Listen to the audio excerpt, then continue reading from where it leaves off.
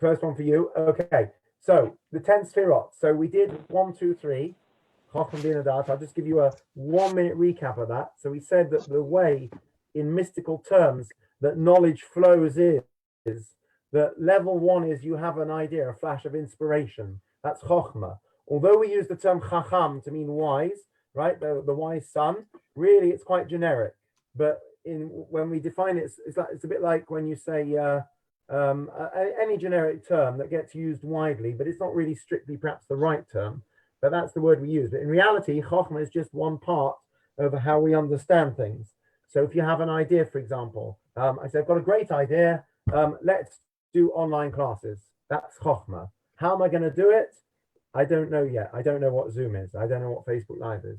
Right? Maybe I'm a dinosaur. I just know that everyone else is on the internet, so it must be a good idea. So that's my chokhmah. My idea is let's go online and virtual. Then you have bina. Bina is the broadening and deepening of an idea into specifics. So I'm going to have to go and get hold of a copy of Zoom. I'm going to need to get a webcam. I'm going to need to understand the technology. I'm going to need to practice. I'm going to need to understand what I'm doing. I'm going to need to learn a little bit, perhaps go through some seminars, how to use Zoom. And then we said, finally, you have the das, and das is the deepest level of connection, most intimate knowledge.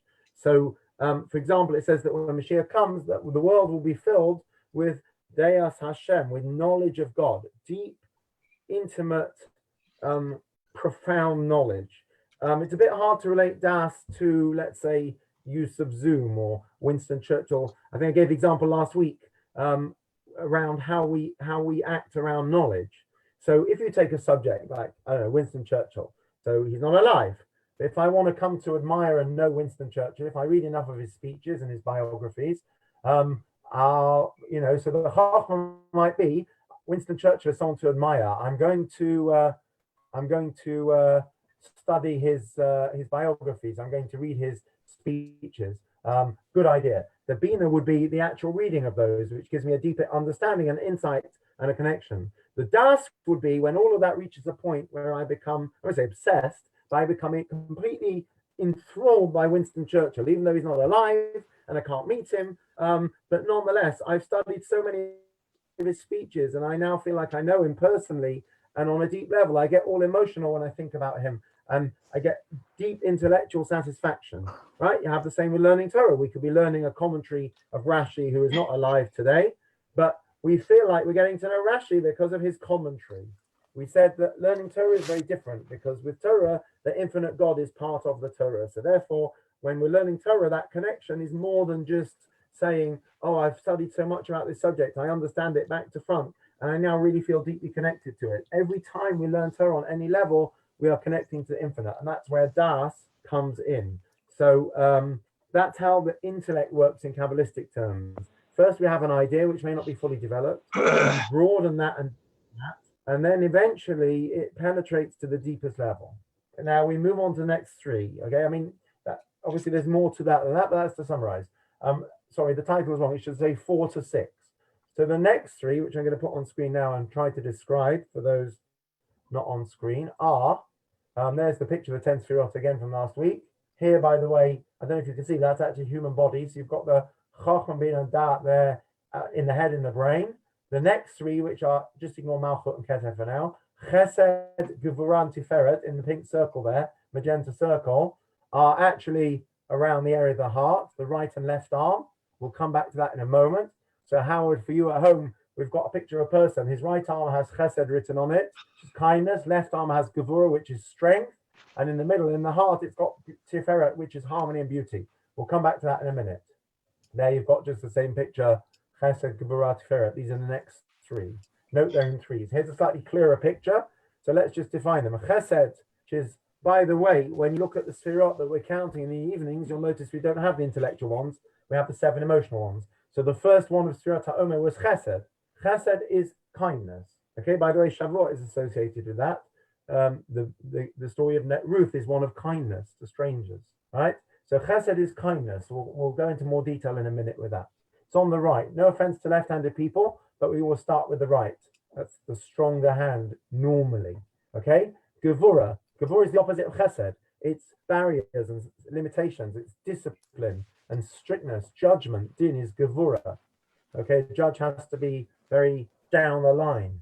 And in the middle, you have Tiferet. Tiferet means beauty and harmony. Okay, right. So, well, who wants it? Let's ask for it. Oh, okay. Yours? do ask if you have a question. Question? No? Okay. Yeah, I've got a question. Go on. You know the caller Howard. How's Yes. is he doing it on the phone or?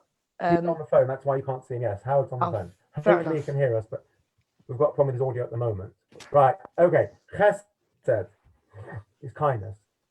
It means benevolence with no limit. Right. So you can have a person who I know somebody that went through some mental. It's quite common, evidently, with for example, with if people who suffer from manic depression or bipolar will sometimes find they go through phases where they just want to give everything away. They start giving possessions and money away, right? No limits on it, right? Chesed sounds like a good thing. US chesed, being kind to others, giving to others. It's not always something that should be unlimited, right? If you give to your children unlimited kindness and you never put any brakes on it, then it will go wrong. But that's chesed. Creation of the world is an act of chesed. It said the world was built with chesed. We'll come back to that later. It's also called greatness because life issues from God through kindness.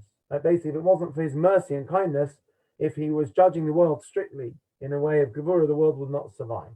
Abram, first of our forefathers, is the epitome of chesed, right? We know he used to welcome strangers into his home, right? He was miserable when he'd had his bris because although he was suffering in pain, he wanted to help another person. And that's why God sent the angels dressed as people to come and visit him. Right? The chuppah is open on all sides. We always say at every wedding, it's like Abram's tent, open to others. Chesed, kindness, giving unconditionally, unconditional love. Very good. It's a great thing. No boundaries, right? No limitations. That's pure chesed in its purest form. By the way, not to be confused with tzedakah. Right? Tzedakah is giving to charity. Chesed is acts of kindness. Tzedakah is from the root of what word? Anyone know? Tzedek. Tzedek, right, which means righteousness, or tzaddik, which means a righteous person. Now, righteous comes from the word right or correct, right? Right. So, what is tzedakah? Tzedakah is not, I feel so bad for the poor in Africa, I'm going to send some money over to them. Tzedakah is, I'm going to correct an imbalance. What's the imbalance? That God in his wisdom gave me enough money that I can afford to help others, whereas others he didn't give enough to. So really all I'm doing is I'm squaring the circle or whatever this is, completing the circle. So it's not an act of benevolent kindness. It is because you have to give something away. But tzedakah should be seen as simply balancing the wealth in the world. That it's my great privilege if I'm in a position to help others. I shouldn't feel, the recipient should not feel that they're a charity case, quite literally. On the contrary, the giver should thank the recipient for giving them the chance to do the mitzvah. Right? We all know how hard it is to give away one's hard-earned cash, but that's tzedakah. So when we talk about tzedakah, particularly charity, it's not chesed. It might be an act of kindness, but the idea behind it is basically to balance out the economic reality in the world. A very powerful idea. If a person becomes wealthy and feels that they've done it through their own achievements, Send you a and test you know, email. let everyone else do the same thing, and also sorry, Julian, I've muted you because I don't know if you realize we could all hear your conversations. If you want us to, that's fine. Feel free to unmute. But I don't know if you realize we were listening in. Yes, tzedakah is more charity, is righteousness. It's balancing. It's a balancing act. Right? And unfortunately, if anyone's ever done any fundraising, some people you go to and they say, you know, it's a big bracha right now that I'm in a position to help others. I'm on the top of the wheel of fortune. I could end up on the bottom just as easily. I'd love to help out. You get other people who say, let them pull their socks up like I had to, right? So that's not chesed. Chesed is an act of kindness. The ultimate example of chesed is what we call chesed shalemes, which of course is chevra kadisha. When you help with a funeral, or you help with a tahara, you do something towards a levaya, you don't expect anything in return. It's not conditional. It is unconditional giving. So chesed is giving. We have to be careful, by the way, because not everyone wants to be told. A lot of schools use the phrase chesed project. Like on my, I don't know, Tuesday afternoons, all the girls go out to help people in the community. And we have to be careful how we use the word, because not everyone wants to be a charity case, as it were, a basket case. But not a basket case. Yeah, a charity case. Don't want to be a basket case either. So, but that's chesed, is unbounded kindness. Don't confuse it with tzedakah. It's giving to others with no limitation, with no expectation, right? Which sounds on the surface beautiful, but it can be a problem. For example, in parenting, right? If you say yes to everything your kids want and you give to them all the time and you never say no, right? And you have this, I think, particularly the generation of the Shoah, that a number of some parents became very strict and some parents wanted their children to have what they didn't have, and therefore they spoiled them, basically. Right? It can happen in any circles. Not necessarily good. Internally, what is kindness? I said it's basically love. Right? Love in Hebrew, ahava. If anyone's been to, probably say this at most weddings as well. There's no word in Hebrew for romantic love. Okay, the word in Hebrew for love is ahava. Ahava is from the root of yahav, which means to give to another. Okay, so love in Hebrew is actually giving. Externally, chesed is basically kindness. So giving to others is kindness. So you can have misplaced chesed as well, right? What happens if I love something that's forbidden? I'm kind to someone that I shouldn't be kind to, right? So the nefesh habahamis, the animal soul, which we've learned about, can also harness this power of chesed, right? You don't want to give to the wrong people. If you're giving to everyone, you might end up giving and accidentally nurturing something which actually needs stopping or disciplining, right? And one of the fundamental ideas of Judaism, very Kabbalistic, is what we call tikkun hamidot, which is basically the correction, the perfection of our character. So don't just give everyone whatever they ask for, right? Sometimes it could be that you're not helping them at all. There's the famous story, the butterfly, the chap who sees a butterfly that's in the late stage, well, a chrysalis that's about to emerge, and he goes, he feels bad for the butterfly that's struggling to get out, and so he basically pulls apart the chrysalis, the outside case, and as a result of that, the butterfly is not fully formed because it wasn't ready to come out, and it's basically deformed for life. He thinks he's doing it a favor, right? In reality, you're not. So you're not always helping someone by seemingly being kind, right? And we can give lots of other examples. I'll give you an example. Your friend comes to you and says, I'm in terrible debt and I can't afford it anymore. I know you've got a bit of spare cash. Can you help me? And you say, sure. You write it. No one writes checks anymore. You make a transfer there and then. Then it happens again a year later, right? It happens with one of your children. And after the third time, you say, look, I think you need to, restructure your life. You can't keep relying on me to bail you out. I'm not doing you any favors. I'm not helping you. Morning, Johnny Mallet. Lovely to see you. I'm not doing you any favors, right? I'm going to put the brakes on this. And the child or the friend gets all upset and starts humping. And, what kind of a parent are you? You don't love me. And you say, it's because I love you that I'm putting these boundaries in place, right? If we have somebody with an addiction, then clearly helping them is not always going to be the greatest kindness that we can do. So unbounded kindness is not always a good thing. What does chesed mean internally? It means love of God and a desire to cleave to God. What does it mean externally? That we want to practice chesed to emulate God and cleave to his attributes. Okay, we know that there's a very powerful idea in Judaism. We spoke about in last week's Monday morning share, the idea of kiddush Hashem and chilul Hashem, that when we act in a way that's consistent with being created in the image of God, we bring honor to him. And when we act in a way that drags his name through the mud, it desecrates his name. So a person who desires to come close to God will want to be like God. Imitate Deo, they say. I probably pronounced that wrong in Latin.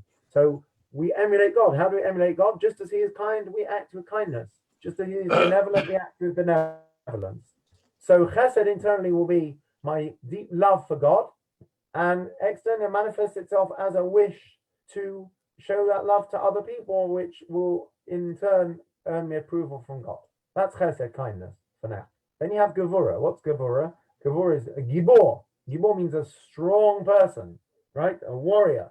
It means strictness. It means discipline. It means restraint. It's the opposite of chesed. It means restraint and discipline and boundaries. Could be certainly strictness. Could be contraction of something. Chesed is expansive. It's growing. It's all over. It's infinite. Gevurah is very limited and contracted. So Yitzchak, Isaac, we said Avram is chesed. Yitzchak is Gevurah. How do we see that? Well, he was very restrained, quite literally. What's the pun there? He was literally restrained during the Akedah, the binding of Isaac. I didn't mean that literally, though, but he showed great restraint as well. He didn't jump off remember, he was 37, he wasn't 5 years old. He showed restraint. and great discipline to stay on that altar. I'm not sure I could have done that, even with my dad standing over me. Right? So Yitzhak is the epitome of restraint, of control and discipline, the exact opposite of unbridled kindness. Also, the idea of din, judgment. Judgment is no good if you're a judge, right? You take pity on everyone. A judge has to have some chesed, but in general, when we're called upon to exercise judgment, we have to do it in a very strict fashion, in a very fair way, not in an unlimited kind of just generous way, right? You can't just say, I'm feeling kind today, I'm not going to send this monster to prison even though he deserves it. It doesn't work that way. Or I'm feeling kind and benevolent today, so although this chap really should pay the other chap 10 grand, I'm going to let him off. It doesn't work, okay? So din, judgment, is often associated with Gevurah. In parenting, it's being a strict disciplinarian, right? Which is not, we said previously, being all giving, no matter what, is not a great way to parent. Being always strict and not being able to bend at all, ever, is not necessarily right either. What does Gevurah mean internally? It's fear of God, right?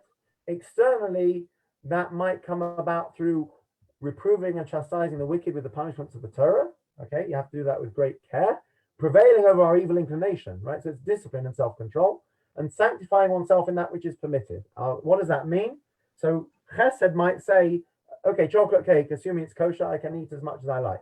Gevurah will say, just because it's kosher doesn't mean I have to eat the whole thing in one go. I'm going to exercise some restraint.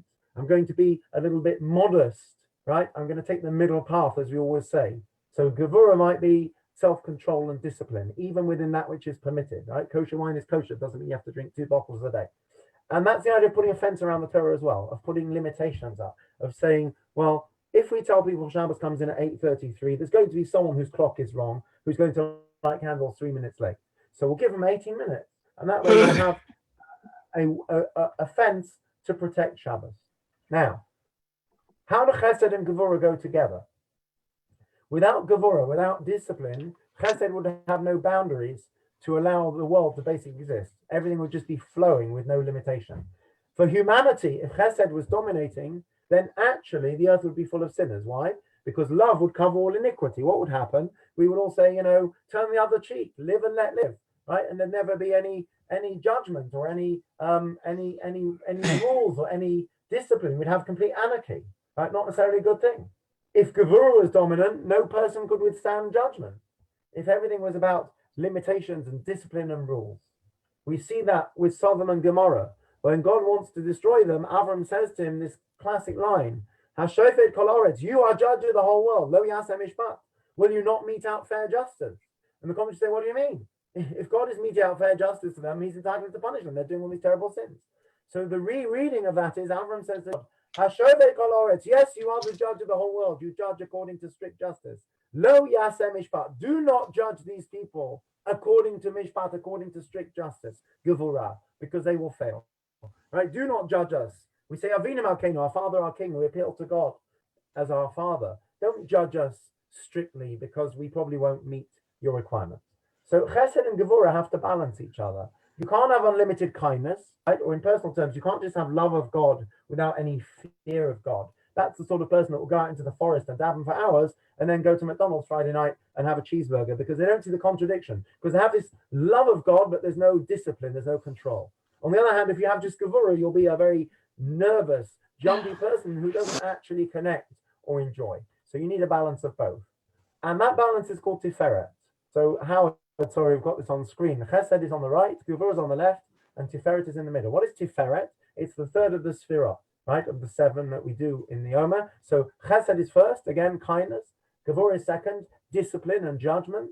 And Tiferet means harmony. It's the blending of the two. Within man, it's equated with the attribute of rachamim, of mercy, of compassion. Okay, mercy is not necessarily the same as kindness. Because kindness is kind of unlimited. Mercy, when you're merciful, it has to be tempered the right way. So someone might say, I'm doing this out of, if you have somebody who's abusing a substance and you have to somehow put them to some kind of facility or lock them up in their room, I don't know if that works, but whatever, you might say to them, I'm doing this out of rachamim, out of rahmanas, out of mercy, not out of hatred, right?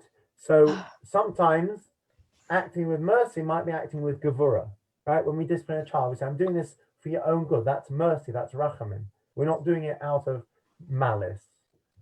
So Tiferet means a harmony. Chesed when needed, but equally restraint and discipline of Gevurah when needed as well.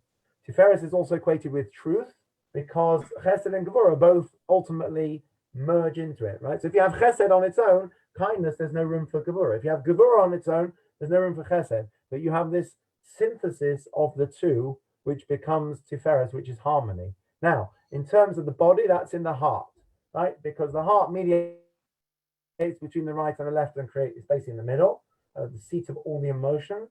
In the patriarchs, this is Jacob. You have Abram, who's all kindness. Isaac is all Gevurah and discipline. And Yaakov is the harmony of the two. And ultimately, all his children were righteous. I know they quibbled a bit in the early years, but when they grew up, they were all righteous. There's the picture of the body again. So you've got Chesed on the right, Gevurah on the left, Tiferet in the middle. Okay? Now, what's this picture about? Next time, please God, you're in shul, or even if you're not in shul, if you happen to be in a place where people wear Hasidic clothes, pay attention to which way the men button their jackets. You'll notice, and you'll see it, almost every kittel is made this way. And if anyone does taharas, you'll notice on the men's kittels as well, that normally men's clothing is left over the right, whereas someone's phone ringing. Ladies' clothing is right over left. You'll notice that by Hasidim, when I wear my long black coat on Shabbos, I wear it right over left. It's not an accident because it's Kabbalistic. And even those who are not into Kabbalah, certainly the kittel is made that way. What's the story? Very simple. 1 second, it's quite noisy. I'm just going to mute everyone. No offense. What's the story? It's very simple. Chesed is on the right, okay, the right hand. Gevurah is on the left. We don't want, although we want a harmony in life, we don't want the Gevurah and the fear and the strictness and the severity to dominate. We want Chesed to dominate. So therefore, when we get dressed, we put the right over the left to say we want the Chesed to rule over the Gevurah. So in the same way that if you look in some Sidurim, it tells you how each of the brachas we say in the morning relates to a different part of putting on one's shoes or socks and things like that. So even the clothing we wear has mystical meaning. So if you have a single-breasted suit, it doesn't really work. Although some people get their buttons, and yeshiva people just get their buttons put on the other way. But next time you see anyone wearing traditional Hasidic clothing, you'll notice that it's always right over left, and most kittels are right over left as well. So that's Kabbalistic. Now, if you're left-handed, highly offensive that the left hand always gets the raw deal. But in general, we talk about right and left. We're talking about the strongest hand and the weakest hand. So I guess if you're left-handed, it's the other way around. So Chesed is on the right side, Gevurah is on the left side. Okay, now interestingly, I think the heart is slightly more to the left, but perhaps that's a point for question. So even though we say we need this balance, this Tiferet, we appeal to God's sense of Chesed, that we would rather have extra kindness rather than extra judgment. Right? Most of us don't really want to be judged, because if we were judged, we are concerned that we might not. Oh, what happened here? Stuck. Oh, that's the last slide. There we want the Chesed. Again, a bit of animation to rule over the Gevurah. So the Chesed should take precedence. Right? So even though we said we need a balance of these sefirot, nonetheless, in reality, as human beings, we very much want the Chesed to dominate. Okay, that takes us to the end of today's share, very conveniently. And my computer's frozen again. So, sorry about that. Ah, there we go. So you can see each other, hopefully. Okay, any questions on that? Let me just unmute everyone, otherwise you won't be able to ask. 1 second. Any questions? That was really interesting, Rabbi Good, glad Weinberg. you enjoyed it. Yeah. Welcome, Johnny Mannix from Liverpool, old friend down there. There we go. Thank you very much. Nice to hear you talking Well. as well. Lovely. Wait, Thank you. Liverpool. Yes. Very nice. I'll tell you my life story another time. Any questions? Anyone on the material there? I found something Kabbalistic in the cupboard.